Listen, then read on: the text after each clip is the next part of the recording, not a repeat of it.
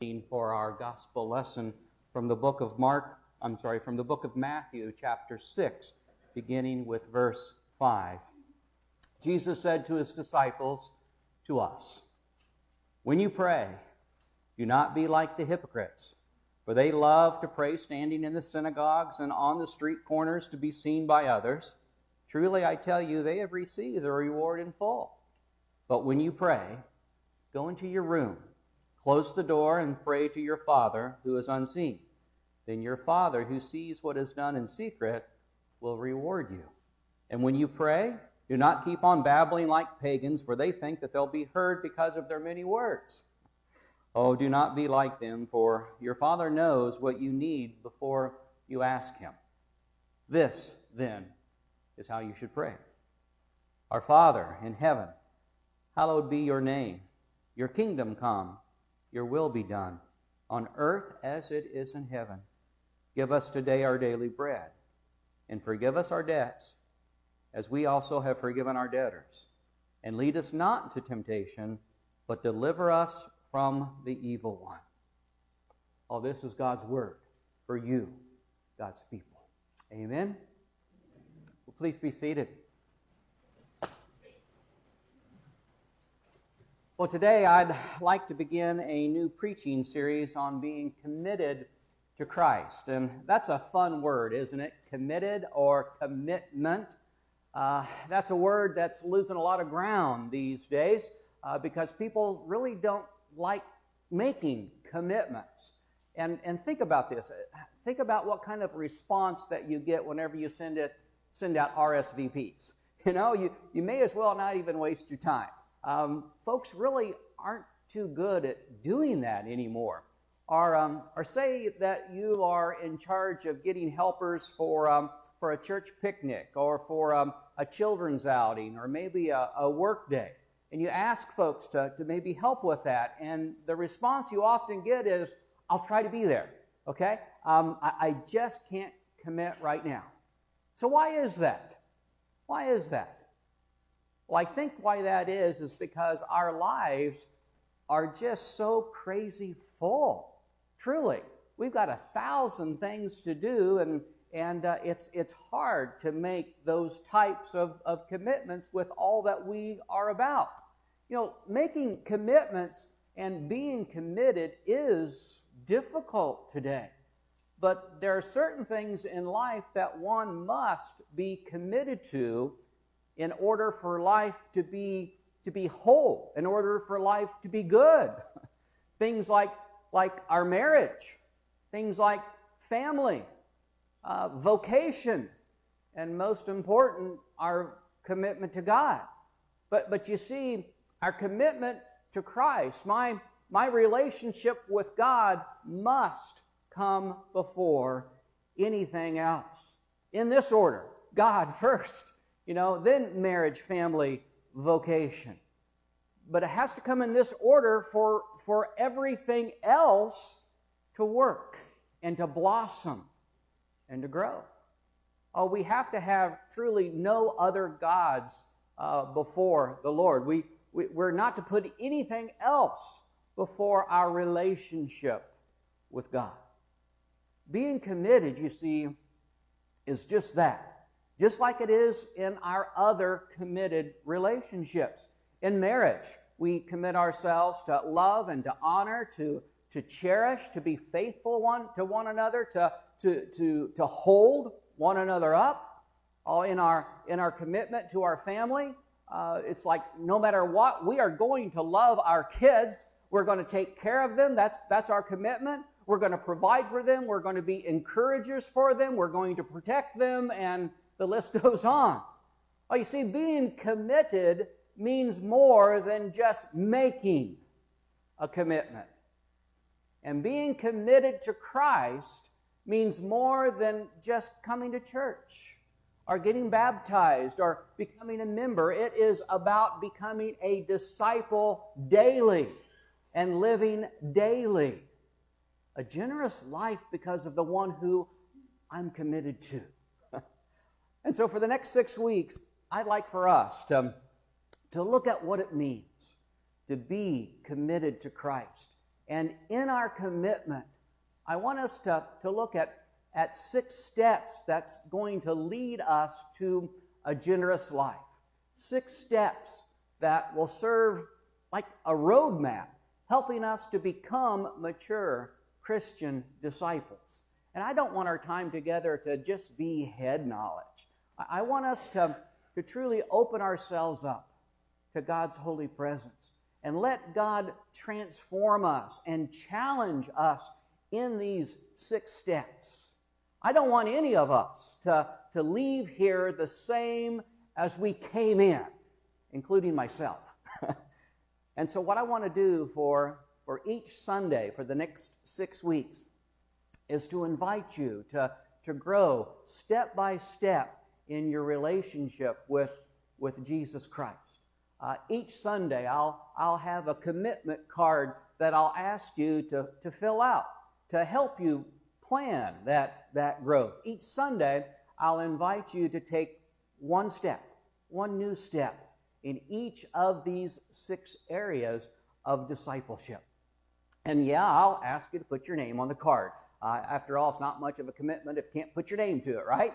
And I will be the only one that will see your cards each week.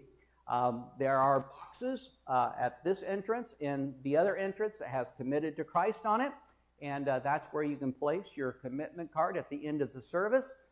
If you want to, you can even just take a picture of your card, not even worry about placing it in there. Take a picture of it and email it to me, and that'll work also.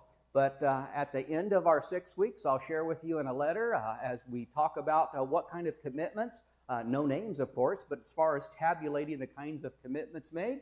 And in that letter, I'll also return your commitment cards to you that you filled out every week, so that you'll have a reminder of the steps that you're taking as a faithful disciple of Jesus Christ.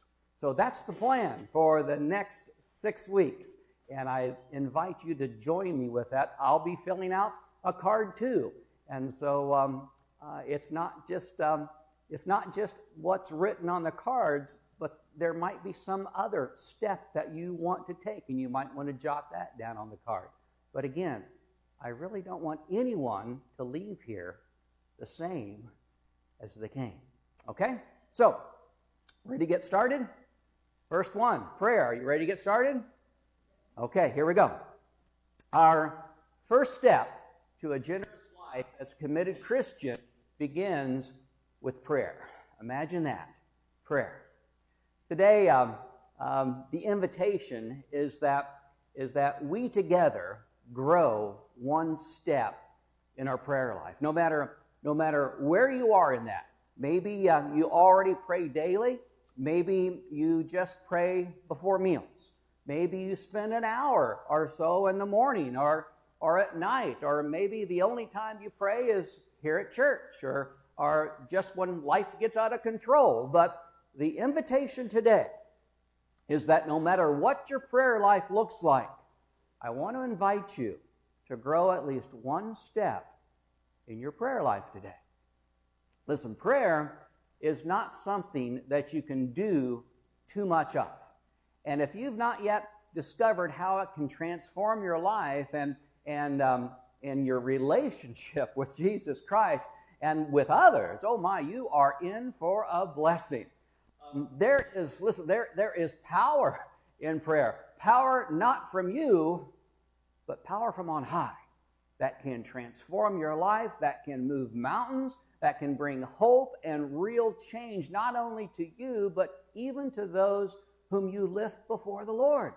Oh, listen, if you want to juice up your spiritual life, wow, pray. And don't make it hard. Oh, don't make it hard. There's a story I read of Jesus and the disciples, how they were sitting down to eat, and this is in the Bible. And Jesus turned to Peter and he asked him to say the prayer before they ate. And Peter said, "I'd be happy to do so." So everyone bowed their heads, and Peter began to pray, and he prayed aloud. He said, "Oh, essential manifestation of the cosmic force, the ground of our being, the first principle of essential causality. Oh, hear our supplication, O mighty one of the universe. Pour upon all all the ways, all those whom are afflicted or distressed, and continual dew of thy blessing, that it may please thee and comfort and relieve their several necessities, giving them a happy issue out of their affliction. Oh, fulfill now the petitions of thy servant as may be most expedient for them, for the sake of him who ever liveth to make intercessions for us. Oh, bless, O sovereign, thee thy gifts before us, that our bodies might be strengthened in the name of him who made by his one oblation a full and sufficient sacrifice. Amen. And Jesus lifted his head and he looked at Peter and he said, "Say what?" Oh, listen, prayer doesn't have to be complicated or difficult. We shouldn't make it so. It shouldn't get lost in all kinds of theological detail or liturgical formality or in religious language. It's no wonder today that so many people don't know how to make heads or tails of prayer. We're surrounded by people who want to have a wonderful relationship with God, but sometimes when they turn to the church, and say, teach us to pray, they get a response that doesn't feed their spiritual hunger at all. I love how Adam Hamilton puts this. He says, God offers us an ocean, and we choose a puddle instead. Oh, listen, God invites you and me to go deep. All right? He invites us to the ocean. God offers to give us the depth of his presence in our lives, the depth of a life filled with joy, the depth of power and strength in the midst of adversity. Oh, Jesus knew these depths, yet he lived in an ocean of constant communion with God. I wonder if Hamilton's right. Most people choose not to go deep, but to live in the puddle, to live in the shallow end of life. We choose the puddle instead of the ocean. One of the great things about living here in Rensselaer is if you want to go and do shopping that we don't have here in town, we go to Lafayette or we go to Marieville or so. And I love that drive because it's like a 45-minute drive or so. And for me, that is 45 minutes of me time. All right? And in that time, I often find myself praying, not just because I'm on 65. But truly, I give God thanks for all that he's doing, and it's in those moments in the car where it's quiet and I'm able to pray for those things that God impresses upon my heart. And sometimes I just listen. I just listen and in that quietness, just waiting for God to move me and move and stir my soul. That's prayer too. Other times I'll turn into K-Love or some other station. Sometimes it's a country station, and there I'll just praise the Lord and I'm just kind of enjoying myself, and people drive past me and look at me and they kind of wave back, But I really cherish this time. But for me, that's just kind of like puddle jumping for me. And don't get me wrong, this is a wonderful time for me. But if this was the only time, the only prayer time with the Lord where I communed with him, I'd be missing so much, You see, where I find myself stepping from the puddle to the ocean is in that quiet time in the mornings when my kids are off to school already, and there I'm able to just kind of get by myself.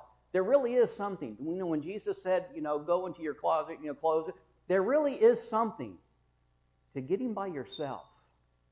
And just you and the Lord in a home or in your backyard or with a cup of coffee or something, and just going to the Lord in prayer and just meditating upon the Lord and lifting up those things that he impresses upon you, your community, your world, the church.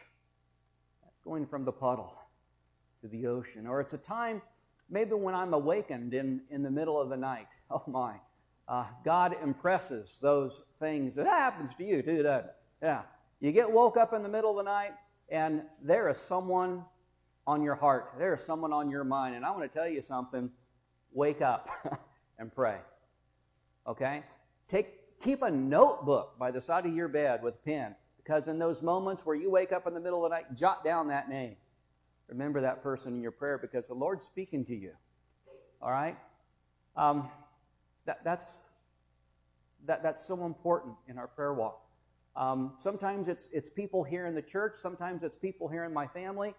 Sometimes it is church folks that I've served with over the years and who are part of other congregations. But those are times of stepping into the ocean.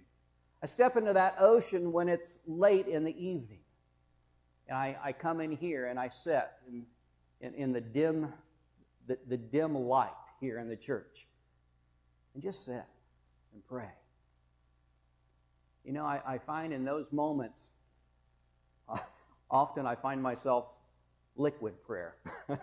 and some of those tears are from my own shortcomings, but often they come as I look over those whom we've lifted up in prayer on Sunday morning, and those who are walking through the valley, and those whose hearts are hurting and whose homes are broken, and families who are struggling.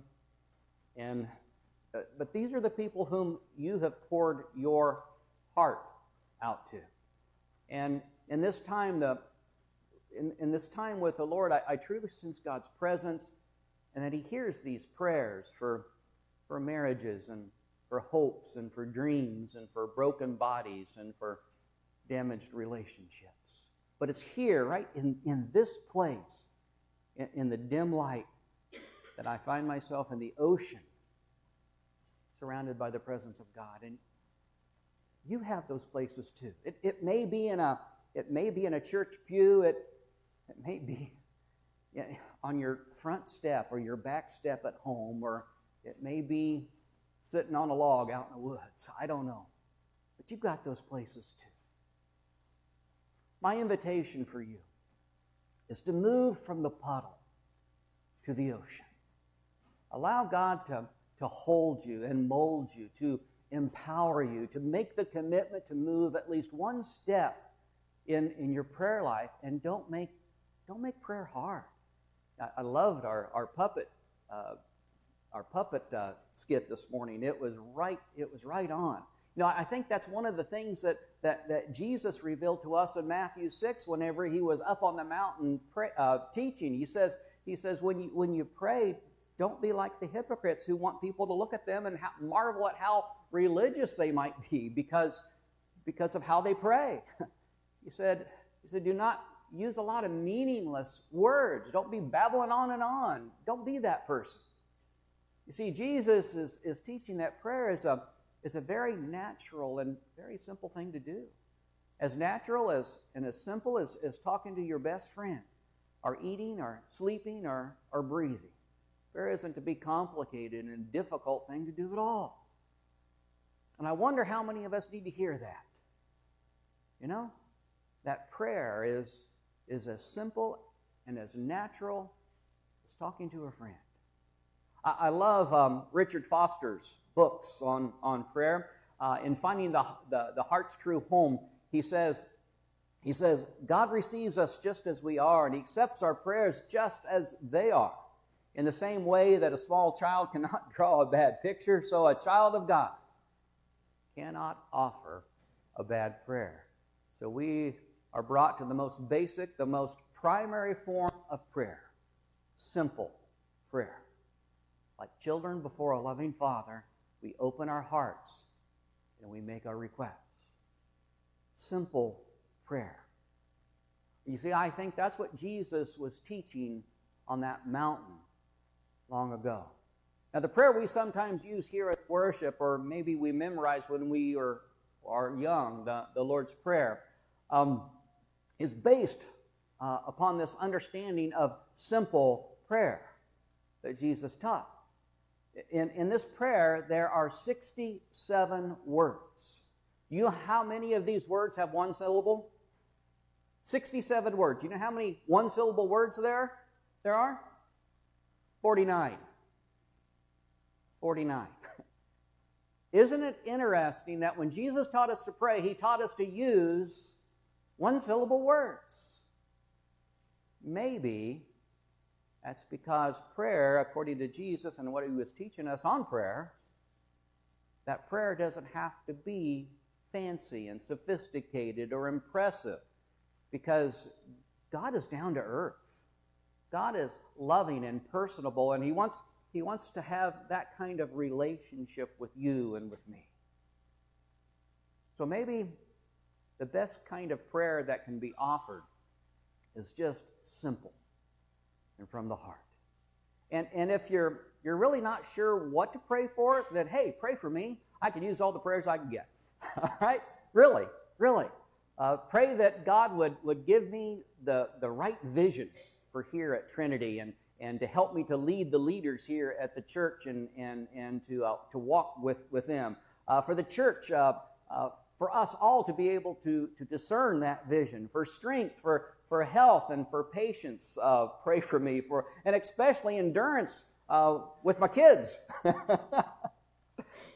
Or maybe you might pray the 5 blessings that make up the word bless.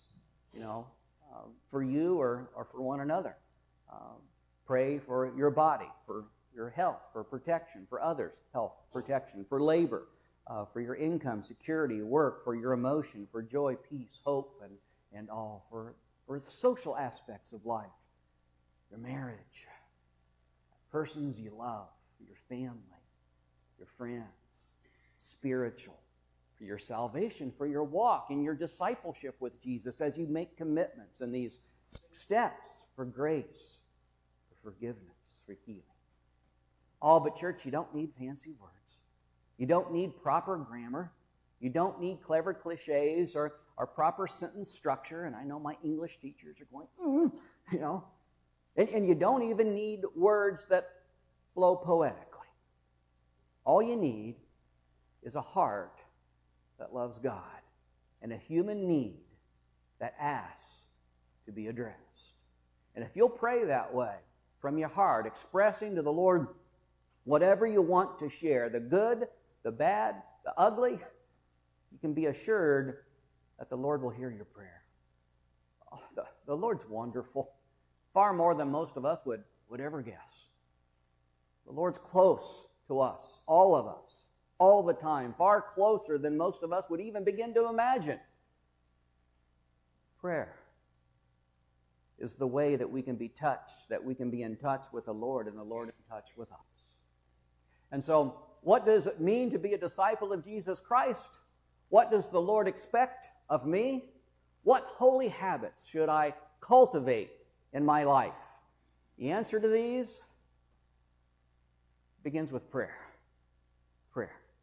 Jesus' disciples are people who pray.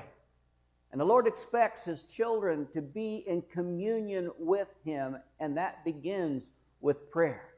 And the first holy habit that we should cultivate in our spiritual walk with God is simple prayer. And so, are you ready to grow in your prayer life? Are you ready to grow in your prayer life? At least one step. Are you ready to grow in your prayer life? You and I both know that God doesn't always answer our prayers in the way in which we would like them to be answered, and thank God for that. Right? But then there are those other times that we truly believe that we are praying God's will, yet our prayers don't seem to be answered. Now, I don't know why. Maybe it has to do with God's timing or free will, or maybe God sees the bigger picture in our life. But what I do know is that God hears our prayers, and God cares about you and me. And I know that whatever may come, God will walk with you every step of the journey. And that is why we should keep on praying, and that we should never lose heart. Well, today,